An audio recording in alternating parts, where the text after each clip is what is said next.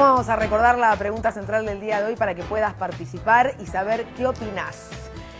Por decreto, incorporan a los familiares de funcionarios al blanqueo. ¿Estás de acuerdo?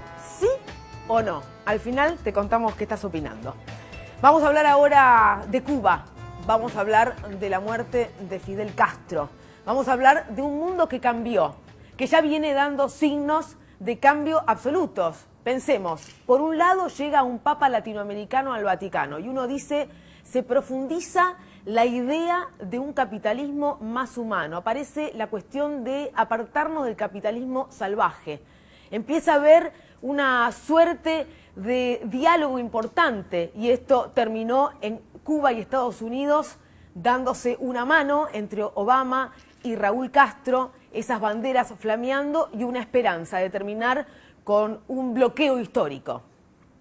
Igual que un acuerdo de paz entre las FARC y Colombia, también algo auspicioso en este mundo que parecía que cambiaba, pero de repente la ola xenófoba que empezó en una Europa que termina pagando a Turquía para que los refugiados no se instalen en su territorio, no los queremos, vos sí, te pagamos, llévatelos. No queremos a los que no son blancos, puros y hermosos. Y esto termina en esta ola xenófoba con un Donald Trump que llegará a la Casa Blanca. Ya presidente electo, no te voy a recordar todo lo que dijo de Fidel Castro, ¿no es cierto? O de Cuba y de esta dictadura desde su punto de vista. Y va a dar por tierra seguramente todo lo realizado por el presidente saliente, por Barack Obama. Un mundo que terminó tal como lo habíamos imaginado. ¿Qué pasará con Cuba? ¿Cuál es el desafío de esta generación que hizo la revolución y se va del poder? Murió Fidel Castro, Raúl Castro, su hermano, dijo que se va a despedir también. ¿Llegarán las nuevas generaciones? ¿Podrán sostener la terquedad de Fidel Castro para llevar adelante las bases de esta revolución? Tuvimos la oportunidad en 2006 en la provincia de Córdoba de dialogar con Fidel Castro y con Hugo Chávez. En un mundo que pensaba en un Banco del Sur, en un Mercosur que trataba de darse la mano, en las ideas del petróleo y la salud como eje, y no el dinero. ¿Lo escuchamos?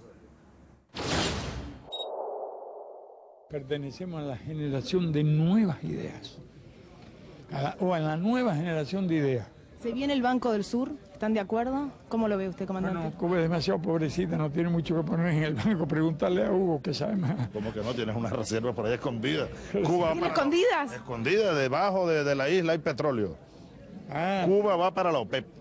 Anótalo. ¿Cuba va para la OPEP? Oye, por lo que ahorremos.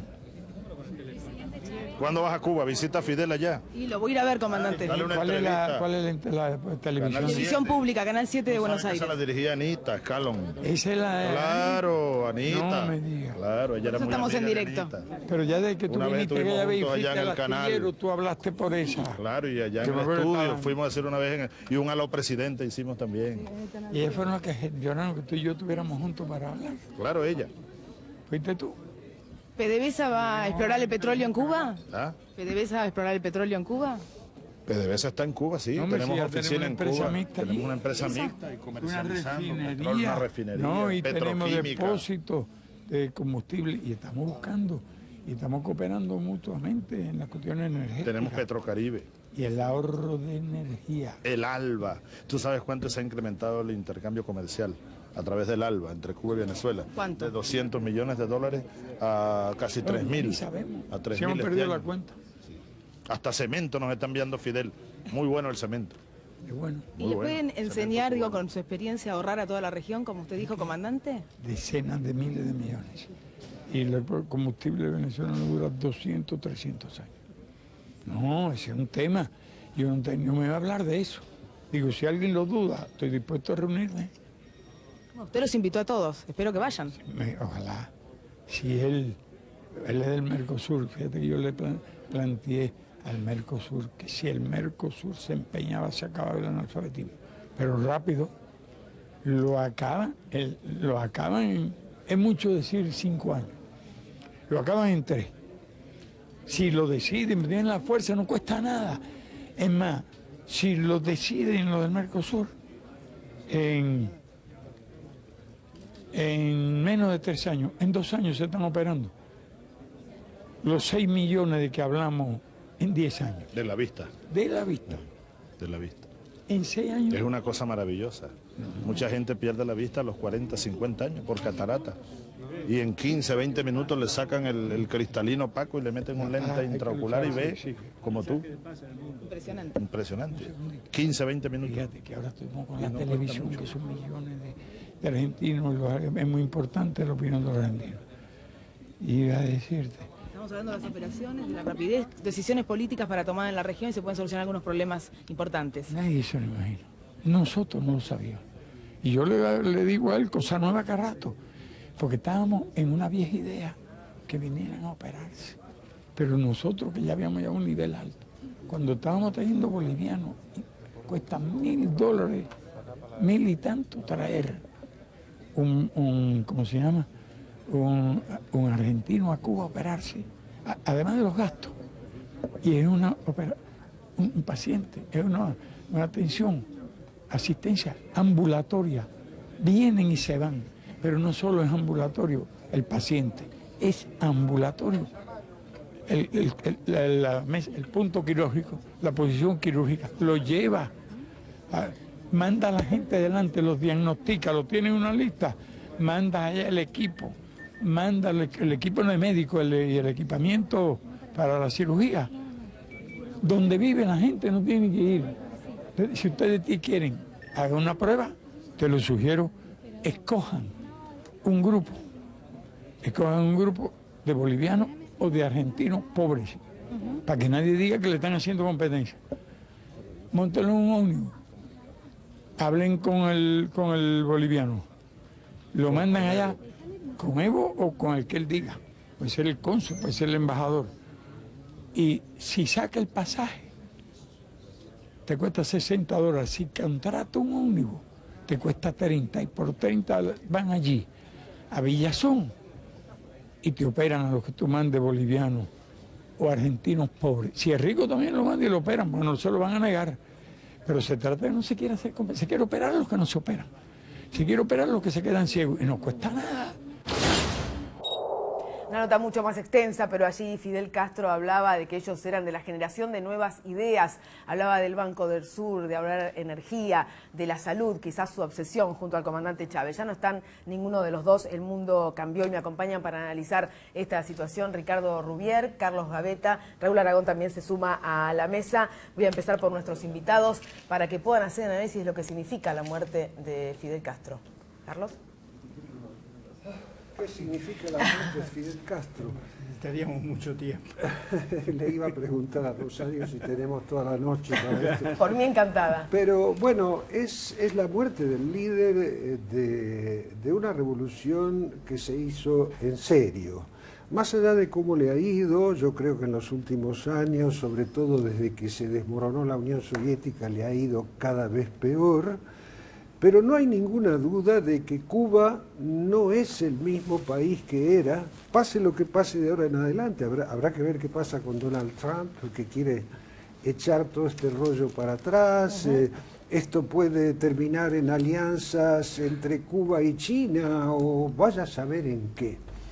Yo tengo esperanzas incluso de que los países latinoamericanos en la OEA se opongan a las políticas de Trump, en particular en relación con Cuba. Pero bueno, todo eso está abierto, puede pasar cualquier cosa. Lo concreto es que Cuba hoy, al cabo de 60 años de revolución, es un país alfabetizado, que ha desarrollado su ciencia, su tecnología. Hay una vacuna que al parecer cura determinados tipos de cáncer, que está a punto de ser autorizada en Estados Unidos y que ha sido concebida y se fabrica en Cuba.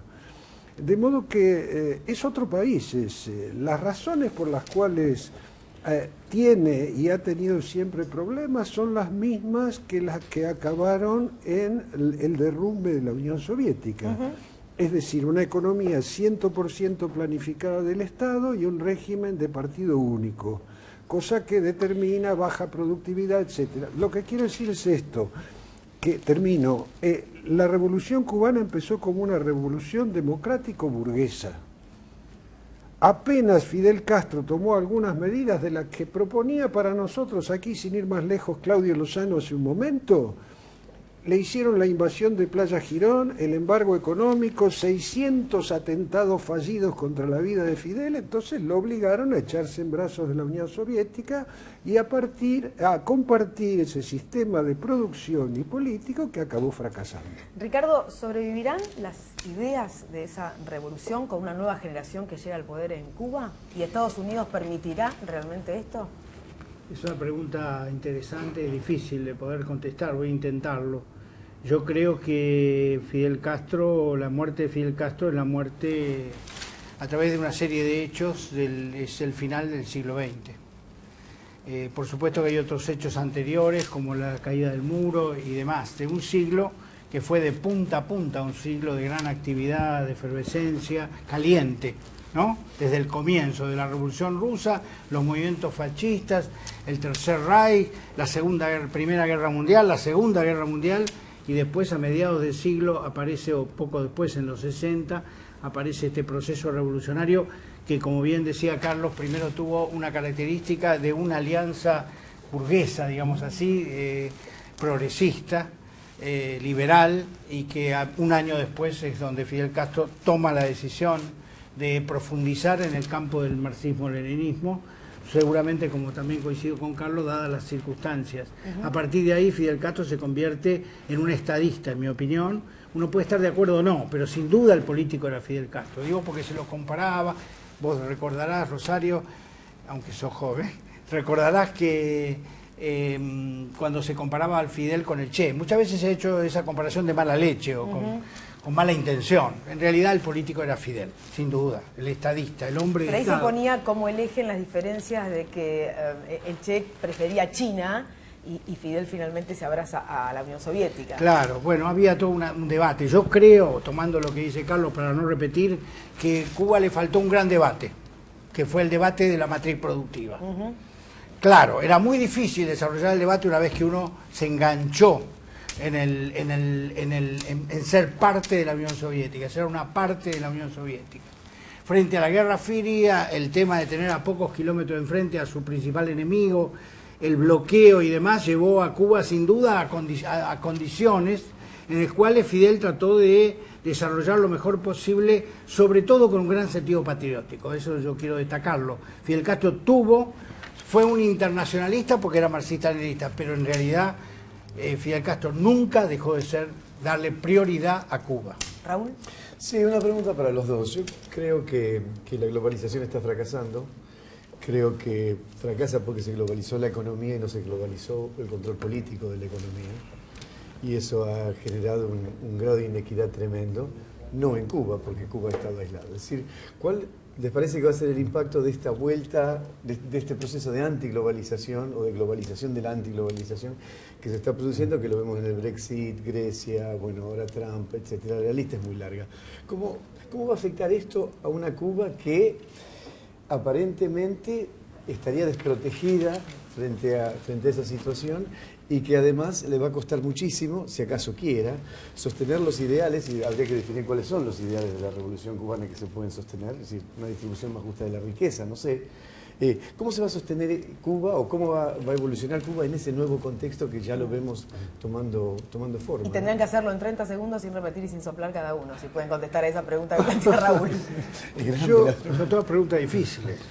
Yo creo que esa pregunta se la debe hacer en este momento cualquier país del mundo. La globalización está afectando a todos los países. Una vez más volvemos a remitirnos a lo que estos dos amigos decían sobre nuestro país hace un rato.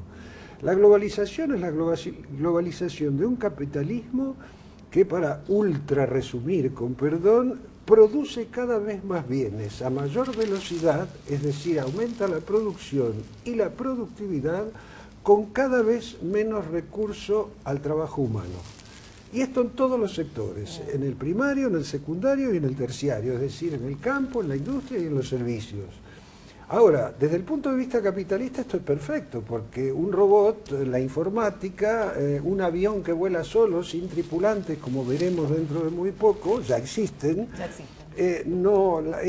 Un robot no hace pausa para tomar café, no cobra salario, trabaja las 24 horas del día, no hace huelgas. El problema es que tampoco compra. el robot no consume. Muy bueno. Entonces, Muy claro, bueno. el robot No no tiene consume. proletarios. Claro, No tiene proletarios, Exacto. no tiene proletarios. Entonces, Cuba es un peón respecto a este asunto específico de su pregunta, es un peón menor, pero nos cabe a nosotros también. Les cabe incluso a Estados Unidos. Sí, le cabe a Estados ¿Por Unidos. qué esta ola de Es Trump. proteccionismo actual, este crecimiento de la extrema derecha en todo el mundo? En las últimas elecciones europeas, en 2014, la extrema derecha ganó las elecciones, es decir, salió primera en Francia, en Inglaterra y en Dinamarca. Así es. 30 segundos, Ricardo. Bueno, lo que voy a poner son en 30 segundos solamente títulos, así que pido disculpas porque todos estos títulos suponen Un desarrollo. desarrollo muy grande. Yo creo, en ese sentido, no soy optimista, creo que Cuba cada vez más va a ir marchando dentro del subsistema económico cubano, cada vez va a ir apareciendo más en la propiedad privada. Eso va a modificar las relaciones sociales internas de Cuba. En Cuba van a aparecer las clases sociales, otras clases sociales, las brechas sociales, y el sistema político o el subsistema político se va a mantener. Es decir, vamos a tener un mix entre lo que es la empresa privada, las inversiones extranjeras y por otro lado el Estado cubano, que se va a mantener con la conducción del Partido Comunista Cubano. Es decir, eso es el modelo que yo veo. Con respecto a la globalización que preguntaba Aragón, yo creo que hay momentos de distinta velocidad. Trump para mí es una desaceleración de la globalización, pero la globalización no se va a detener por Trump. Eso va a continuar, porque el núcleo duro del capitalismo se va a imponer sobre las ganas, sobre Trump mismo. Sí va a haber más lentitud en los procesos de globalización.